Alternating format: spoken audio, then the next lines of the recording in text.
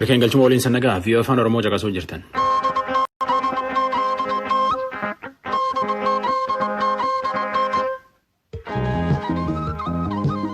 Raadiyoo VOA sagantaa afaan Oromoo wixataa Jimaata galgal sa'aatii 2 akka sa'aatii 3 meetira baandii 22-25 irratti fi VOA 24 Naayil sa'aatii irra caqasuu jirtan yaayyuu jalqabna.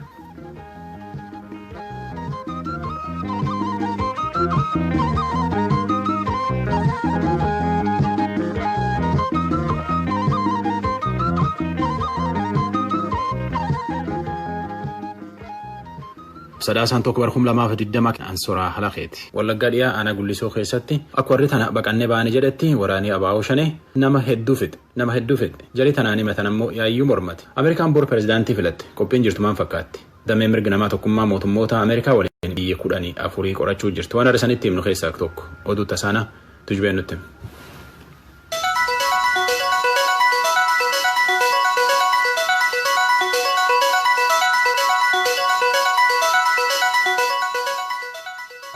Dhaggeffatoota keenya oduun galgala kanaaf qabnu kunoo. Dr. Dabratsiyoon Gabra Mikaa'el mootummaan federaalaa uummata Tigraay irratti shira dalagaa ture gara tarkaanfii humnaatti jijjiiraa waan jiruuf uummati naannoo sanaa qophee isaa cimsee itti fufuu qaba jechuudhaan sabaa himaa naannoof ibsaniiru. Rakkoo biyyattiif furmaata fiduuf waltajjii mara hirmaachisee qophaa'uu qabaa jedhan. Dr. Dabratsiyoon har'a ibsa sabaa himaa naannoo sanaaf kennaniin keessumaa naannoon filannoo erga geggeessee as mootummaan federaalaa dhiibbaa miidiyaaf dinagdee irra kaa'uudhaan itti dabalees tarkaanfii humnaatti ce'aa jira jedhan. Kanarratti oduudhaa booda gabaasa qabna. Filannoo nagaa walabaaf kan haqaa biyyattii keessatti geggeessuuf qaamotii dhimmi ilaallatu martinuu waliin akka hojjetan dura teessuun boordii filannoo biyyoolessaa yaadachiisaniiru. Boordiin filannoo har'a onkoloolessa 23 sanbata darbe akka lakkoofsa Itoophiyaatti paartilee morkattootaa waliin marii geggeesseen keessumaa paartileen hangi tokko haalli nageenya yeroo ammaa filannoo geggeessuu hin dandeessisu jechuun yaada dhiyeessaniif dursee waliigalteen biyyoolessaa irra ga'amuu qaba yaadawwan jedhaniif dura teessuun boordichaa deebii kennaniiru. Itti dabaluudhaanis paartilee hanga tokko biraa rakkoo nageenyaa waliigalaa laalchisee gaaffii ka'eef dhuguma rakkoolee kanaaf furmaanni akka barbaachisu eeranii rakkoolee nageenyaa kallattiin filannoo waliin wal qabatan hiikuuf garuu qaamni tokko sadarkaa biyyoolessaas ta'e sadarkaa naannootti caasisuuf karoorri jiraachuu adde Burtukaan Miidhegsaa ibsaniiru. በየደረጃው የምናቋቁማቸውን ደግሞ sadarkaa biyyoolessaattis ta'e naannootti ta'uu danda'a. Sadarkaa hundumaatti waltajjiiwwan waliigaltee qopheessinu kan hoogganan itti gaafatamtoota waajjiraalee naannolee kan ofii keenyaa ta'u. Akka naannoleetti immoo akkaataan ijaaramasaa maal ta'uu qabaa? Hirmaattonnis eenyuun ta'uu qabu ka jedhu jira. Sababiinsaas akkaataa bulchiinsa seeraa yookaan nageegumsa biyyoolessaa kasarnaatti dabalee bakka maratti rakkoo sana furuuf kan gargaaran jiru. Bakka tokko tokkotti jaarsolii ta'uu danda'u, hoogganoota amantii ta'uu malu, miseensota hawaasa siivilii ta'uu malu. Sana ilaaluudhaan ulaagaa ofiisaa danda'een miseensonni isaa adda baafamuu jechuudha jedhan. Yeroo ammaa biyyattii keessa rakkooleen siyaasaa furmaatan argatin waan jiraniif boordichi dursee rakkoolee kana furuu qaba gaaffii jedhuuf adde Burtukaan innaa deebisan gaaffiin kun aangoo sirnaa kan boordii filannoo keessatti naammatamu jedhanii haa ta'u malee qopheen filannoo geggeeffamaa utuu jiru paartileen waltajjiilee sirnaa mararratti kan akkasii mari'achuu akka qabaniif barbaachisaadha jedhan. Waltajjii akkasii qindeessuuf garuu boordiin filannoo walta'iinsa kan agarsiisu ta'uu yaadachiisaniiru jedha Mallaskaachoo ammaa Finfinneerraa. Mootummaan Aljeeriyaa namoonni heddumminaan ba'anii sagalee akka kennan jajjabeessuyyuu referendamii sagalee kennameef uummata biyyattii 4 keessaa tokko waan ta'u qofaatu hirmaate. Pireezidaanti Abdulmajid Tebooneef waraanni isaanii cimoo ta'an sababaa aariin uummataa mormii kaase waggaa tokko oliif tureef hiika ta'a kan jedhan heera haaraa beeksisanii jiran. Ba'iin murtii uummataa har'a beeksifama jedhamee eegama. Haa ta'u malee dilbata kaleessaa uummati ba'ee filate 100% harka 23.7 ta'uu qaamonni filannoo ka beeksisan yoo ta'u miseensonni mormii geggeeffamee garuu sochii isaanii danquuf ofumaa kan geggeessame jechuudhaan sagalee kenname sana fudhatama dhabsiisan. Weerarri koronaa tarii adeemsa sagalee kennuu sana kan danqe yoo ta'u sanbata darbe Aljeeriyaa keessaa namoonni 300 vaayirasii koronaan qabamaniiru. Heerri haaraan yeroo marsaa hojii pireezidaantii dabalatee paarlaamaaf aangoo dabalataa kenna.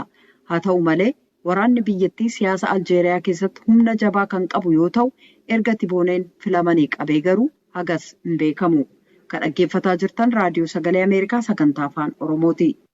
Kaadhimamtoonni pirezidaantummaa Yuunaayitid Isteetsi pirezidaantiidhaaf eenyuun akka filatan namoota hin murteessine amansiisuudhaaf har'a guyyaadhumaaf duula geggeessaa jiran. Pirezidaanti Doonaald Tiraampii fi ittaanaa pirezidaantiin duraanii Joo Baayiden kutaalee adda addaa keessumaa kanneen filannoo kibxata boriif barbaachisaa ta'an keessatti duula filannoo geggeessaa jiru. Lamaan isaaniif bakki irratti fuulleffatan kutaa Pensilveeniyaa yoo ta'u, yaada uummataa dhiyeenya walitti qabameen Baayiden dursaa jiran. Bara 2016 keessa garuu kutaa kan Tiraampitu injifate. Namni kutaa Pensilvaaniyaa injifate sagalee filannoo calaluuf murteessaa ta'e 270 keessaa 20 argata. Bahiin filannoo hanga xumura torbaniitti hin beekamu. Waggaa kana yoo xiqqaate uummanni miliyoona 94 hanga kaleessa galgalaatti dursanii sagalee kan kennan yoo ta'u, sababaa sodaa koronaaf jecha hedduun sagalee poostaan ergame kutaalee hanga tokko keessatti lakkaa'uun yeroo fudhachuu mala. Tiraamp manni murtii olaanaan sagalee poostaadhaan ergame hanga guyyaa filannoo qabee kan ergame yoo ta'e lakkaa'amuu danda'a kan inni jedhe qeeqanii jiran.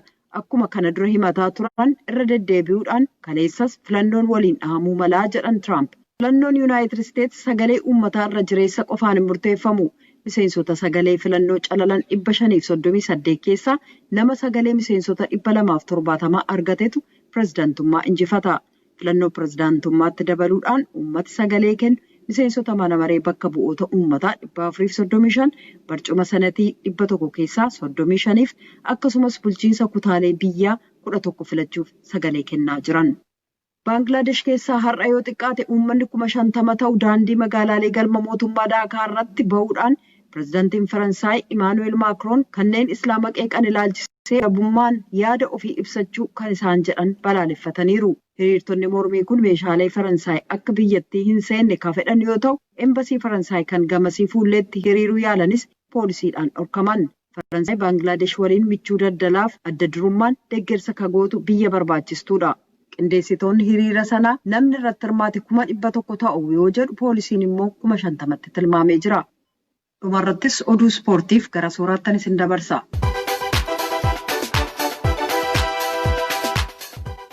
Dorgommii kilaboota waldaa kubbaa miilaa Awurooppaa Shaampiyoon Liigiitti jiran. Warra haq tokko koronaa irratti arganii tapha keessa oofan. Akkanaan Riyaal Maadiriid Eder Militaa'oo waan koronaa qabuu fi tapha borii kilabiin isaa Inter Miilaa waliin taphate keessa hin jiru. Gurbaan dhalootaan Biraazil namni ganni 22 kunini kophaattuuf baasa biyyaan walanqatee of laallata. Namni waliin taphatu cufa yaayyuu qoratanii isum qofa irratti argan. Riyaal Maadiriid Shaampiyoon Liigii irratti garee baa keessa jirti. Garee cufaayyuu isii dududuuf jira. Kilabiin isii waliin taphatti Inter Miilaan ammoo mata keessa jirti. Sadeessor jirti. Militaa'oon ammaan tan koronaa irratti argan kunini baran qofa marroo 3 kilabii tanaa taphata. Jalqaba Shaampiyoon Liigii irratti kilabii Yuukireen Shakhtar Donetsk waliin taphatanitti gaafas 3-2 ammoo amti kilabiin isaa. Kilabiin Scottish Rangers illeen ijoollee isii lama Jordan Jones fi George Edmondson seer koronaan to'atan cabsanii jedhanitti dorgommii irra dhaabane. Akka jechi kilabii isaatti jarii lachuuyyuu seer cabsetti jara kilabiin hin beekne waliin qophii gammachuu keessa oole. Jara kan ammaan tan qoratanii 7-2 kophaa baasanitti tapha irra dhaaban. Seer baafanne amaluma kanaan bulla amal namiin fudhan tokkollee ittiin callemnuu jedhu. Daayirektariin isaanii Stewart Robertson. Jara kun eegii kilabiin isaanii dorgommii Shaampiyoon Liigii irratti kilabii Kilmarookin tokkoof duwwaa mooteen duubatti qophii gammachuu sunitti dabran. 7-2 keessatti tapha tokkollee taphatan jara kun. Odum koronaatiin taphataan Juventus Cristiano Ronaldo haqar koronaa irratti arganii wallaanachaa bahanii amma yaayyuu fayyee jedha. Ronaldo akkana tapha hedduu irra dhaabanii haleetti deebi. Taphii Ronaldoon keessa oolu keessa ta'a Juventus Barcelona waliin taphatti fa'a. Tapha halee kilabiin isaa Spezia waliin taphatti irratti ammoo Juventusitti moo'e. Taphataa Bayern Munich Nicolas Sulelle koronaa irratti arganitti wallaanachuu jira. Isallee dorgommii Shaampiyoon Liigii tan keessa isallee ayyuu baasanii quba qabaadha. Namni ganni 25 kun kilabii isa tana nama akka utubaa dhabeessee dhaaba. Taatullee aga qulqullaa'utti dorgommiitti hin deebi'u. Dorgommii kilaboota kubbaa miilaa Xaaliyaanaa Siiriyaalleetti jiran. Ibrahimovic kaleellee saatii hobbaata irratti kubbaa akrobaatiitti hojjete goolii galfate. Akkanaan AC Milan Siiriyaa keessaa tokkeessoo jirti mata keessa jirti. Ibrahimovic namgana 39 barhan qof goolii 7 galfate.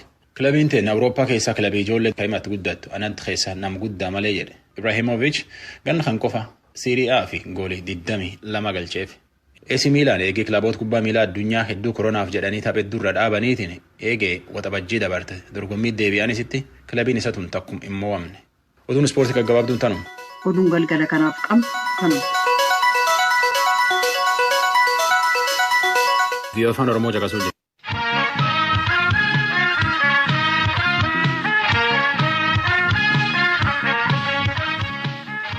Wallaggaa dhiyaa gulisootti akka warri baqannee lubbuu baane jedhetti waraanni ABO shanee lola sab tokko irratti xiyyeeffateen nam nagaa hedduu fixee jedhe.